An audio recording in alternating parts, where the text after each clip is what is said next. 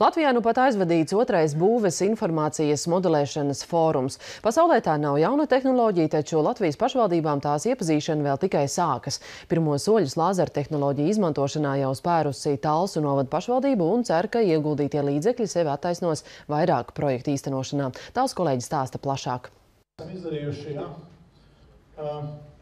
Tradicionālo mērlenti jau 4 Talsu novada publisko ēku siltināšanas projektu sagatavošanas procesā nomainījusi skenēšanas metode 3D formātā. Līdz šim par pamatu ņemtas inventarizācijas lietas, kas daudzām ēkām ir gandrīz 20 gadus vecas, bet nu datus ir iegūt līdz 2 mm precizitātei. Tas bijis viens no iemesliem, kāpēc talsnieki izvēlējušies datus iegūt ar lāzera staru palīdzību. Labs piemērs bija pansionāts, kad pēc skenēšanas mēs atklājām, ka korpusi nobīdījušies gan par 6 līdz 10 centimetriem. Ja.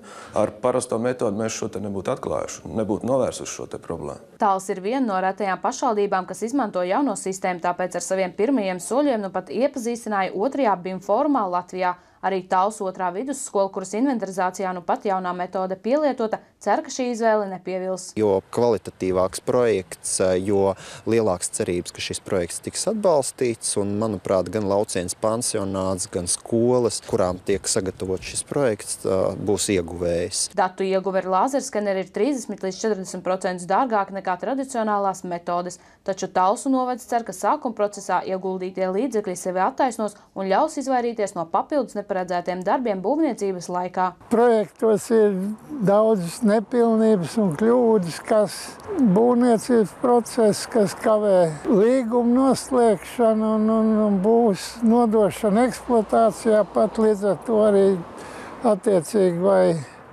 pašu vai Eiropas Savienības līdzekļu apguvu un rada papildus zaudējums. Ar skenēšanas metodu var dabūt arī neredzamas lietas, kuras pēc tam ar tradicionālām metodēm jebkurā gadienā ir jāizpēta, bet tas saīsina ļoti šo laiku. Būvniecības informācijas modelēšanas sistēma sākot no 2016. gada būs noteikti kā rekomendējoša visā Latvijā. Kurzemē tā izmantot arī jaunās Liepājas Dzintra ēkas būvniecībā. Baiba Demberga, Kristīna Freimne, Girds Grenevits, Talsu televīzija.